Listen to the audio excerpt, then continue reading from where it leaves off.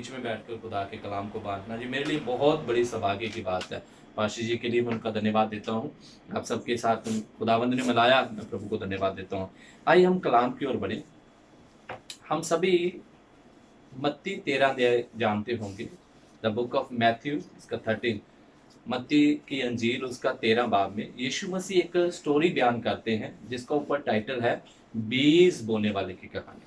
क्या नाम है? बीज बोने वाले की कहानी। मैं शॉर्ट में थोड़ा थोड़ा अलग अलग तरीके से आपको समझाना चाहता हूँ, क्योंकि मैं चाहता हूँ कि जो खुदा का रूह कुदस मुझे बता रहा है, मैं आपके बीच में वो चीजों को बांट के जाऊँ। तो वहां का जो टाइटल है वो है बीज बोने वाला।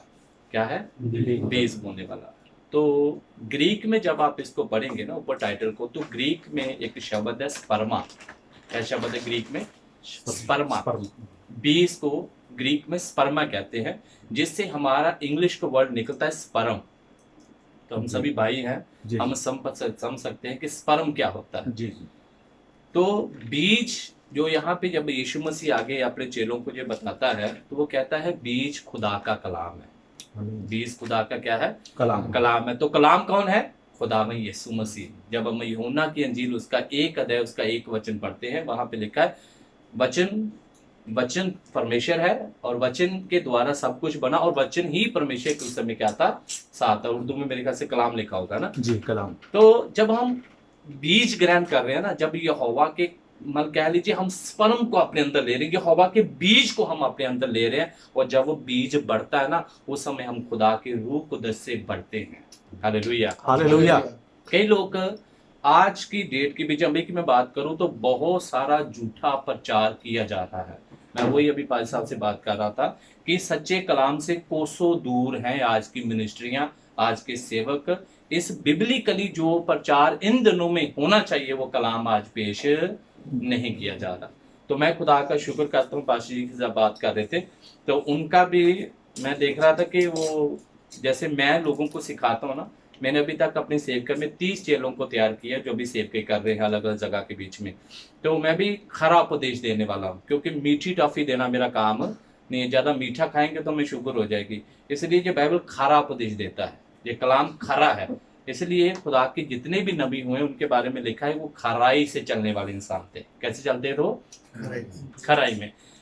तो हम सभी बड़ा अच्छा लगा, चेले हैं हम सभी। क्या हैं? चेले हैं, शागिर्द हैं हम खुदा में यीशु मसीह के, है ना? पास्टर जी के नहीं है, हम यीशु मसीह के क्या हैं? शागिर्द हैं। वो हमारा स्वामी है, उससे बढ़कर हमारे लिए कोई भी नहीं है। तो मैं आपको बताना चाहता हूं आज की सेविका के बीच में, यदि मैं प्रभु यीशु का कलाम पेश कर रहा हूं, यदि मैं यीशु का शागिर्द बनना चाहता हूं, तो मुझे चौथे दर्जे का नौकर होना पड़ेगा।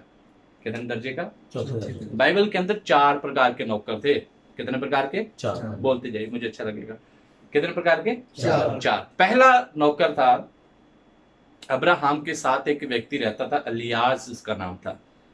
वो नौकर को क्या था, वो नौकर की क्या क्वालिटी होती थी कि अगर मालिक के घर में बच्चा नहीं हुआ तो वो मालिक का बेटा बनकर उसकी संपत्ति को, उसकी सारी जायदाद का हकदार पहले दर्जे का नौकर वो है, बाइबल बताती है। दूसरे दर्जे का नौकर होता था, जैसे यीशु का एक चेला था यहूदा इस्करियोती, उसका काम था सारे पैसे का हिसाब किताब करना। हर पैसे का हिसाब था, कितना आया है, कितना खर्च किया, या सारी डिटेल उसके पास होती थी। और फसाव वाले दिन उसको पूरे साल का डाटा पेश करना होता था कि मैंने इतना खर्च किया, इतना मेरे पास आया। तो आप सभी जानते हैं यहूदा इस्करियोती एक चोर था, वो चोरी करता था, दान के पैसे से वो चुरा लेता था। इसलिए खुदावंद यीशु के साथ जिस रात वो बैठा है, यीशु मसीह, उसको पता था कि 30 सिक्के मेरे झोले में से क्या हो रहे हैं?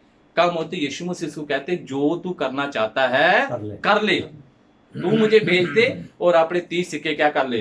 पूरे कर ले। वो दूसरे दर्जे का नौकर है।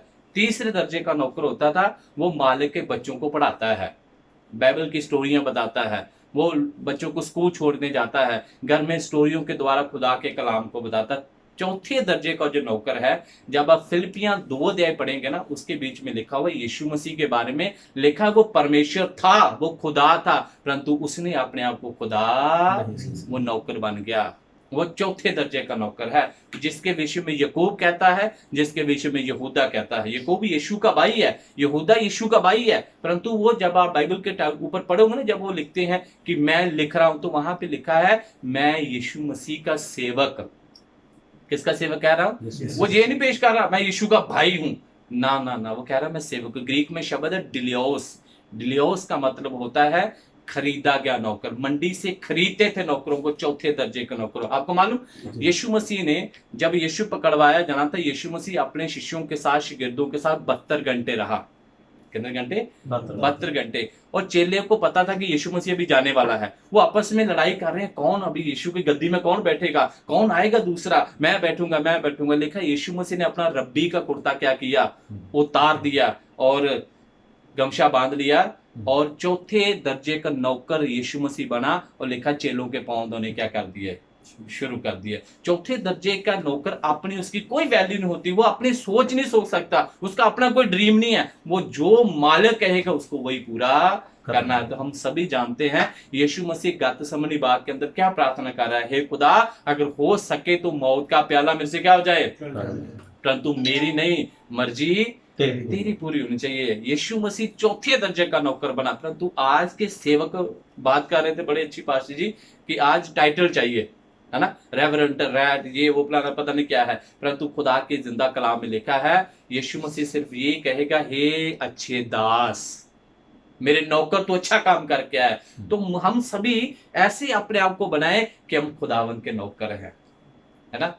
मैं कहीं भी जाता हूँ, चर्चों के बीच में, अलग अलग जगह में प्रचार करने के लिए जाता हूँ, इंडिया के बीच में, तकरीबन बहुत बहुत स्टेट के बीच में जाता हूँ, तो बहुत सारे लोगों को माला जी, मैं बोलता हूँ मुझे ऐसा कुछ भी नहीं चाहिए, मेरा नाम भी मत बोलो कि कौन आया है। मैंने बोला मेरे लिए सबसे गर्व वाली उस दिन बात होगी जब स्वर्ग के दरवाजे में मेरा खुदावी यीशु मसीह खड़ा होकर मुझे गले से लगाएगा, कहेगा हाँ मेरे दास तूने अच्छा काम किया है। जहां मुझे नहीं चाहिए कुछ भी, है ना, सारा इज्जत और जलाल किसको मिलना चाहिए, केवल खुदावी यीशु मसीह को। परंतु आज ऐसे सेवक हैं जो अपने आप को खुदा मान के बैठे हुए हैं ऐसे।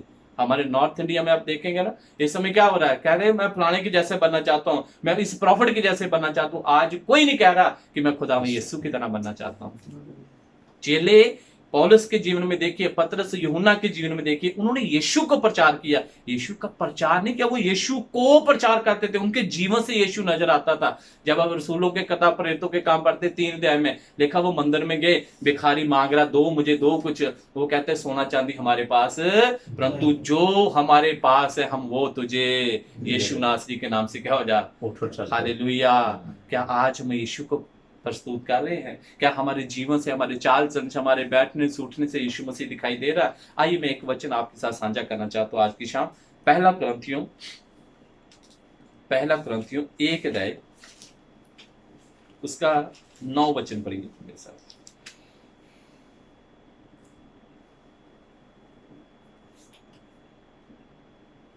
हाँ जी, नामिया। खुदा सच्चा है जिसने तुम्हें अपने बेटे हमारे खुदा यीशु मसीह की शराकत के लिए बुलाया। हालेलुया। हमें अपनी बुलाहट का पता होना चाहिए कि मुझे बुलाया क्यों गया है। कई ऐसे सेवक मैंने देखे हैं 25-30 साल हो गए, उनको अपनी बुलाहट के बारे में पता चलता है कि मेरी बुलाहट क्या है, मुझे क्यों बुलाया गया है, मैं क्यों हूं। तो जहां पे प्रेरित पौलुस कुरिन्थियों की पत्री को लिखता है कि तुम्हें खुदावी यीशु की संगति में बुलाया गया है। किसके साथ संगति करने के लिए? यीशु मसीह के साथ। आपको मालूम हिब्रू के बीच में आदम और हवा को जब खुदा ने बनाया तो हिब्रू शब्द है हलाका। क्या करता था खुदा उनके साथ? हलाका। हलाका यदि आप समझेंगे ना उसकी गंभीरता को, तो खुदा आदम के हाथों में ऐसे हाथ डाल के ना अदन की वाटिका में घूमता था। ये थी संगति। तो खुदावन यीशु मसीह आज वही आपसे और मेरे से चाहता है, मेरे लोग मेरे साथ क्या करें? संगति करें। आज हम बिजी होंगे अपने कामों के बीच में, परंतु मेरे प्रिय लोगों, जितना आप खुदावन यीशु की संगति में बैठेंगे आप उतना यीशु की तरह बनते जाएंगे। आज ये कलाम, जिंदा कलाम हमारे पास है ना, यदि इस कलाम के साथ हमने अपने जीवन को गूंदा हुआ है तो मेरे प्रिय लोगों, किसी भी फील्ड में हम चले जाएं, खुदा ये वादा करता है तू चमकेगा। तू क्या करेगा? चमकेगा। तो खुदावन यीशु मसीह ने कहा मैं जगत की ज्योति, उसके बाद उसने कहा तुम जगत का क्या हो? नूर हो। तुम नूर हो भाई, हमारा काम है अभी चमकना। तो चमक हमारी तब आएगी नजर जब हम यीशु मसीह के साथ क्या करेंगे? संगति करेंगे, हलाका करेंगे। बहुत सारे लोग इस बात के ऊपर डिबेट करते हैं कि आदम और हवा को परमेश्वर ने किस लिए बनाया। हिब्रू के बीच में स्पष्ट ये भाषा में लिखा, ओरिजिनल टेक्स्ट जब आप पढ़ेंगे तो वहां पे लिखा है खुदा ने आदम और हवा को संगति के लिए, मीन्स हलाका करने के लिए बनाया, है ना। कई लोग कहते हैं कि आराधना करने के लिए, महिमा करने के लिए। महिमा और प्रार्थना बाद में आई है जब उन्होंने पाप किया। पहले खुदा ने उनको कहीं नहीं कहा कि तुम मेरे आगे प्रार्थना करो, मेरी आराधना करो। खुदा उनके साथ संगति करता था, और जो संगति आदम और हवा की वजह से टूट गई थी, वो संगति दोबारा खुदा में यीशु मसीह के वसीले से खुदा ने आपके और मेरे साथ करनी शुरू की है, हालेलुया। है ना। और वो रूह कुदस हमारे साथ है जब हम खुदा की संगति में बैठते हैं। आपको मालूम, जब आप प्रार्थना के बीच में बैठते हैं और रूह कुदस जब आपके ऊपर काम करता है, आप रूह कुदस से भर जाते हो। घंटों, 5 घंटे, 4 घंटे, मैं कहता हूं पता नहीं चलता समय का। वो है संगति आपकी, जब आप खुदा के साथ ऐसी संगति में बैठो कि खुदा में यीशु के अलावा आपको दूसरा कोई नजर, वो है संगति। हालेलुया। वो है खुदावंद के साथ प्यार, है ना। एक अच्छे चेले की क्वालिटी ये होनी चाहिए कि वो सबसे पहले खुदा यीशु के साथ क्या करे, संगति करना शुरू करे, वो हलाका करना शुरू करे। जब वो हलाका, जितना वो संगति के बीच में बैठेगा, खुदा का जलाल उतना ही उसको भरेगा और उतना ही खुदा के कामों में क्या करेगा, इस्तेमाल होगा। पतरस, यीशु जब पकड़वाया गया, पतरस क्या कर रहा है, मैं यीशु को नहीं जानता, मैं नहीं जानता ये कौन है। परंतु जब रूह कुदस के ऊपर उतरा, लिखा है वो खड़ा हो गया और खड़ा होकर भाषण दे रहा, मैं यीशु का गवाह हूं। आप रसूलों के किताब, प्रेरितों के काम में मोर देन शब्द ये पढ़ोगे, हम यीशु के गवाह हैं, हम यीशु के क्या हैं, गवाह हैं। पहले गवाही देने से क्या कर रहा था, वो डर रहा था। परंतु जब रूह कुदस ने उसके ऊपर काम करना शुरू किया, वो 10 दिन संगति में बैठा रहा, वो संगति हलाका के बीच में बैठा रहा, तो यीशु के जलाल ने उसको ऐसा बारा और उसके शब्दों के द्वारा 3000 लोगों ने प्रभु को ग्रहण किया। यह है संगति का असर, यह है प्रार्थना का असर। आप देखिए, जब कलीसिया पहली शताब्दी में शुरू हुई तो वहां पे ज्यादातर क्या लिखा है, वो रात रात क्या करते थे, प्रार्थना करते थे, वो संगति में रहते थे, एक दूसरे का संगति। परंतु आज तो ऐसा शैतान काम कर रहा है, मसीहियों के बीच में फूट पड़ी हुई है। हमारे पंजाब की बात करता हूँ क्योंकि सेम ही पंजाब है आपका, जो हमारा वही है ना। आज मान लो मैं कि हमारे घर में किसी आराधना होती है ना, तो मैं किसी पादरी के घर ढोलकी लेने चला, वो ढोलकी नहीं देता, पहले पूछेगा किसकी आराधना है? तो भाई किसकी आराधना कर सकते हैं हम? खुदा यीशु मसीह की आराधना है। कहता नहीं जी तुम दूसरी मिशन की हो, मैं ढोलकी नहीं दूंगा। क्या हम यीशु की दुल्हन तैयार हो रहे हैं? पहली शताब्दी की कलीसिया के अंदर प्रेम बड़ा था। एक स्टोरी आपको बताता हूँ, खत्म करूंगा। एक इंडियन बहन थी हमारी, यूएस से चली गई अमेरिका के बीच में। तो संडे वाला दिन आया तो उसने बोला कि चलो मैं संगति करती हूँ, किसी चर्च में जाती हूँ। तो पहले चर्च में गई तो वो रोमन कैथोलिक चर्च था। तो फादर साहब उन्होंने कहा हाँ जी, कहाँ जी? कहती मैं आराधना करना चाहती हूँ। कहता मेंबरशिप है आपके पास? कहती नहीं जी मैं तो आज ही आई हूँ। मुझे कहता नहीं फिर नहीं आप अटेंड कर सकते, आप आज जाइए दूसरा चर्च देखिए, आप हमारे साथ संगति। उनको निकाल दिया जी वहां से। दूसरे चर्च गई तो वो कालों का चर्च था, साउथ अफ्रीका का। उधर कहते नहीं जी यहाँ पे सिर्फ हमारे लोग होते हैं, यहाँ पे आप आराधना नहीं कर सकते। चली गई जी वो तीसरा चर्च मैथोडिस्ट था। उन्होंने बोला नहीं जी आप मेंबरशिप के लिए आपको इतना $, पे करने पड़ेंगे, फिर आप हमारे साथ संगति कर सकते हो। उसको भी निकाल दिया। उसने सोचा कि सभी ऐसे ही करेंगे। चौथे चर्च के दरवाजे के बाहर खड़ी होकर वो रो रो के क्या कर रही है, प्रार्थना कर रही है कि प्रभु कैसे लोग हैं जो मुझे अंदर नहीं आने दे रहे। वो रो रही है और पीछे से एक हाथ आता है, बेटी मत रो, बेटी मत रो। तो जब वो पीछे मुड़ के देखती है तो आपको मालूम वो कौन था? यीशु मसीह। वो कौन था? यीशु मसीह। यीशु मसीह कहते बेटी मुझे कितने साल हुए, इन्होंने मुझे आने नहीं दिया चर्च के अंदर, तो तुम्हें कहां से आने देंगे? तो वही है, आज कलाम नहीं है खुदा का। जो रूह कुदस सिखाता ना लोगों को, वो कलाम नहीं है लोगों के अंदर। वो जो पहली शताब्दी कलीसिया के अंदर प्यार मोहब्बत था ना, वो खत्म हो गया लोगों के अंदर। आज बाइबल के बीच में लिखा है, पतरस और तीमुथियुस की किताब में पढ़ के देखिए, वहां पे लिखा अंतिम दिनों के बीच में ऐसा उपदेश दिया जाएगा जो बदरूओं का संदेश होगा, जो डॉक्ट्रिन ऑफ डीमंस, शैतानी प्रचार किया जाएगा। और वाकई आज हम उन हालातों से गुजर रहे हैं जहां पे खुदा का सच्चा कलाम पेश नहीं किया जा रहा है। झूठा कलाम, जो कलाम है ही नहीं बाइबल के बीच में, लोगों को क्या किया जा रहा है, सुनाया जा रहा है। मेरे दादाजी जबूर गा रहे थे, मुझे बड़ा मजा आ रहा था। मेरी दादी और दादाजी जबूर गाते थे शाम के समय। मैं सब नाल आसरा के ये हवादी करता हाँ इंतजारी। मैथोडिस्ट के हम विश्वासी थे। तो आज क्या प्रचार किया जा रहा है? उस समय मेरे दादाजी ने प्रभु को ग्रहण किया, मेरे पापा ने, और आज मैं मसीह हूँ। परंतु आज आपको पता पूरी दुनिया सिर्फ 3 चीजों के ऊपर टिकी है, खुदा का कलाम नहीं है। पहला बरकतें, दूसरा चंगाई, और तीसरी भविष्यवाणी। बाइबल के बीच में ऐसा एक भी नबी नहीं है जिसने बरकतों के लिए भविष्यवाणी की है। 4 बड़े नबी हैं और 12 छोटे नबी हैं बाइबल के बीच में। सभी ने जब कोई पाप करता तो तुरंत नबी पहुंचता था, अभी तूने ये पाप किया है। हिजकिय्याह नबी की किताब पढ़ के देखिए, वहां पे 4 कोड़े की बात करता है। हिजकिय्याह राजा 4 कोड़े यहोवा मारता है। और प्रकाशित वाक्या पढ़ के देखिए, द बुक ऑफ रेवलेशन, उसका 6 बाब पढ़ के देखिए, वहां पे 4 घोड़ों के बारे में जिक्र है। तो 4 कोड़े खुदा मारता है। वो जब पाप के बीच में दुनिया चली जाती ना, तब तो हम देख रहे थे पिछले दिनों के बीच में मरी 2019 और 20 में क्या हालात रहे हमारे देश में। तो हमारे कई झूठे प्रचारक पंजाब के, उन्होंने जुतियां मारी कोरोना को। हम जुतियां मारते कोरोना खत्म हो जाएगा। एक प्रॉफिट ने कहा जी 31 मार्च से पहले पहले कोरोना क्या हो जाएगा, नहीं हुआ खत्म, क्योंकि वो खुदा ने भेजी हुई बाबा थी। इसलिए कि लोग तौबा कर ले, लोग मेरे नजदीक आए, लोग ग्रहण करें। परंतु आज 3 प्रकार की सेवकें बस हो रही है। हम सब मिलकर दुआ करें कि खुदावंद तेरी जलाल से भरी हुई कलीसिया खड़ी हो पाए, हालेलुया, जलाली कलीसिया खड़ी हो जाए। खुदा का वचन इफिसियों की पत्री 5 अध्याय उसका 23, 25 और 26 और 27 वचन में ऐसा लिखता है कि खुदावंद यीशु मसीह ऐसी कलीसिया को चाहता है जो तेजस्वी, जो जलाल से भरी होगी, जिसके ऊपर कोई कलंक, कोई जुर्री ना हो। वह निर्दोष और पवित्र कलीसिया होगी। और वह तब होगा जब हम यीशु के साथ संगति करेंगे। Hallelujah, hallelujah, hallelujah. यदि आप प्रार्थना 1-2 घंटा करते हैं तो मैं विनती करता हूं, हम सभी जवान अपनी प्रार्थना के समय को क्या कर दीजिए, बढ़ा दीजिए और बढ़ा दीजिए। आप वचन अगर 6 अध्याय पढ़ते हैं तो कम से कम 20-25 अध्याय पढ़िए।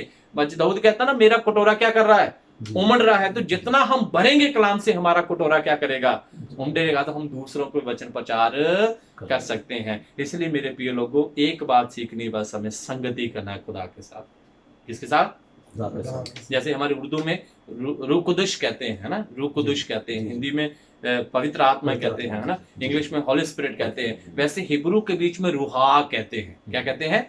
रूहाक। रूह हक रखना चाहता है मेरे जिस्म के ऊपर, मैं शरीर के ऊपर हक रखना चाहता हूँ। और जब वाकई हम रूह कुदुस के मुताबिक चलते हैं ना, फिर मेरे प्रिय लोगों, हमारे लिए बंद दरवाजे भी खुदावंद खोलने की ताकत रखता है ना। इसलिए आइए सभी अपनी आंखों को बंद करें और एक वादा करें, प्रभु आज के बाद मैं ज्यादा संगति आपके साथ करूं, हालेलुया, मेरा जीवन संगति से भरा होगा। और मैं जितना खुदावंद तेरे नजदीक बैठूंगा, मैं वैसे तेरे जलाल से बढ़ता जाऊंगा। और वो जलाल दूसरों के जीवन को बचाने के लिए काम आएगा। वो जलाल मेरे जीवन के बीच में एक अच्छी गवाही को पैदा करेगा और मैं बहुत सारे लोगों के बीच में तेरा नूर बन के चमकूं पिताजी। ऐसी सामर्थ, ऐसी ताकत मुझे बख्श खुदावंदा। आइए अपने मुंह से कहिए, प्रभु आज के बाद मैं आपके साथ संगति करना चाहता हूँ। मैं 4थे दर्जे का नौकर बनकर तेरी सेवकाई करना चाहता हूँ। मुझे अपना नाम नहीं चाहिए, मेरे जीवन के अंदर खुदावन यीशु का नाम काम करे। मेरे जीवन के अंदर खुदावन यीशु पहचान बन जाए। मेरी पहचान मेरे नाम से ना हो, मेरी पहचान मेरे काम से ना हो, मेरी पहचान मेरे यीशु के नाम से होनी चाहिए। हम तेरे सामने दुआ करते हैं पिता। धन्यवाद देता हूँ खुदावन की संगति के लिए, हमारे भाइयों के लिए, आपके दास के लिए पिता धन्यवाद देता हूँ। पवित्र आत्मा जी आपको धन्यवाद देते, यीशु मसीह के नाम से मांगते हैं, आमीन। जय मसीह की जी।